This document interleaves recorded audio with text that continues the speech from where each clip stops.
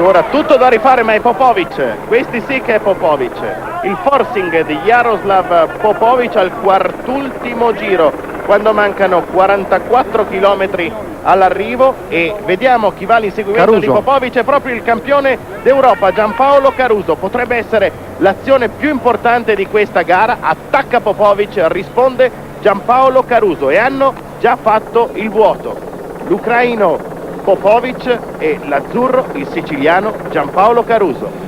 È un uomo, Popovic, da marcare a uomo proprio, no? Un corridore che non puoi assolutamente lasciarti scappare, perché se ti guadagna 30-40 metri è un problema andarlo a riprendere. Mancano ancora diversi chilometri, ma ha fatto benissimo Caruso a mettersi nella scia, e adesso tra l'altro gli sta dando una mano. Qui siamo tutti rettilineo a rimanere davanti. Se dovessero mantenere un minuto qui sul traguardo sarebbero irraggiungibili. Tra l'altro Popovic e Caruso sono stati battuti da Denis Bondarenko pochi giorni prima dei mondiali nella Coppa San Daniele in Friuli. Sono stati battuti da questo ragazzo che ha gareggiato tra gli elite a cronometro e che sarà in gara anche domenica nella corsa su strada professionisti. Campanella per l'ultimo giro, ancora 12 km. Lobnev.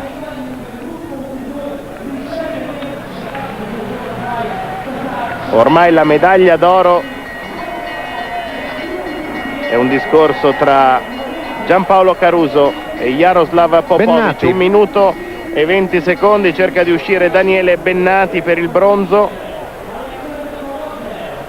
Tutti gli azzurri nel gruppo all'inseguimento, ben 5 corridori. Ancora, poi comincerà il falsopiano. Infatti questo è il tratto decisivo del circuito, proprio in quella curva che hai appena nominato inizia un lungo rettilineo, i corridori vedono in faccia le pendenze peggiori, e da questa immagine si vede bene dal punto di vista contrario a quello dei corridori, e da quella curva fino all'arco sono 600 metri veramente. Sì.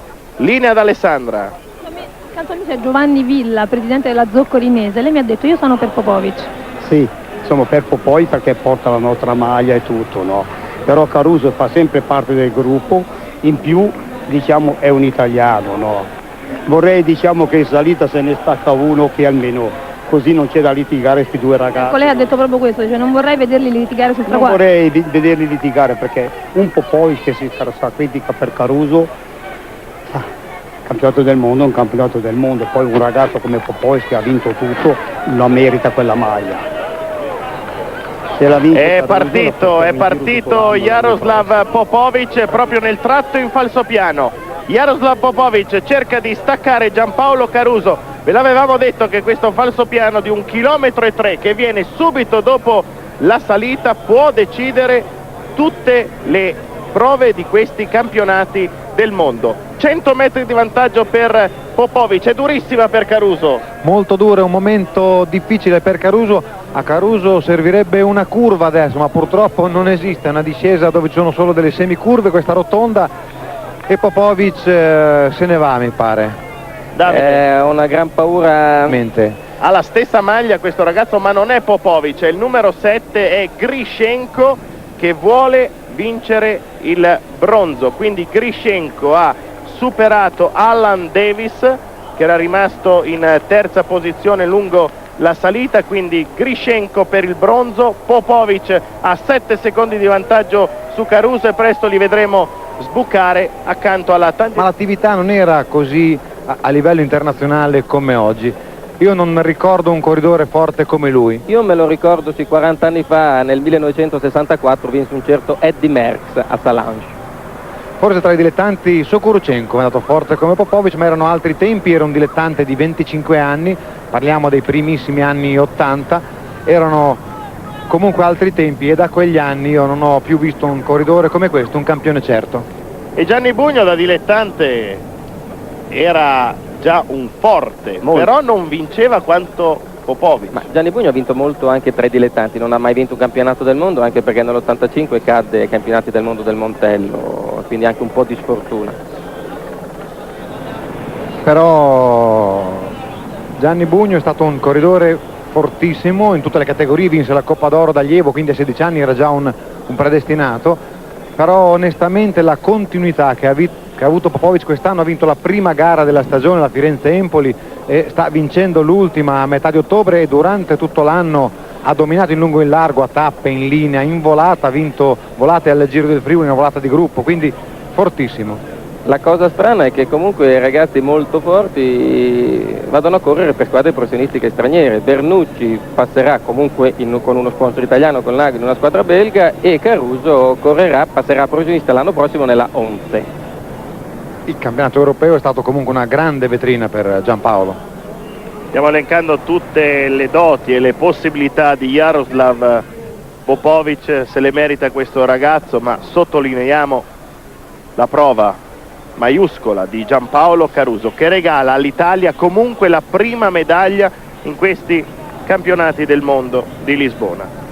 Vinse l'argento nel 1998 Rinaldo Nocentini a Valkenburg alle spalle di Ivan Basso, anche Sgambelluri dietro Figueras a Lugano nel 1996. Qui in Portogallo medaglia d'argento Giampaolo Caruso. Ha dato il massimo il corridore siciliano di Avola nel tratto in falsopiano quando mancavano poco più di 6 km al traguardo. Popovic ha cambiato marcia, ha guadagnato prima 10 metri, poi 20 e poi 50 e poi è sparito.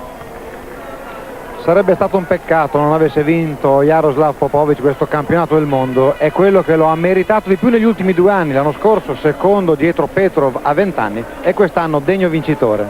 E immaginiamo anche la gioia del papà di Jaroslav Popovic, persona umile, viene da una famiglia ai propri genitori in Ucraina. 16 Bravo. Secondi di ritardo per Giampaolo Caruso. Bravissimo. Ricorda l'episodio, Gianluca, del papà? Ce l'hanno portato via sicuramente. Sì, ci hanno letteralmente portato via. Ha ringraziato i compagni di squadra, pensa. È un ragazzo d'oro, tra l'altro un italiano corretto, parla benissimo italiano. Da quanto tempo è in Italia Popovic? Praticamente 3 anni. Una scoperta, lo dobbiamo dire, di Olivano Locatelli mi ha dichiarato che Popovic era un campione 1 anno e mezzo fa, la prima volta che gli chiesi notizie di sto ragazzo mi disse: questo ha 19 anni, è un campione certo. Kolobnev in testa al gruppo. Terzo posto per Grishenko e in quarta posizione Kolobnev. L'altro azzurro che ha preso parte a questo sprint è Luca Solari, corridore piacentino della San Pellegrino Bottoli Artoni. 2 ucraini, un italiano, tutti e 3 della stessa. Ed è il responsabile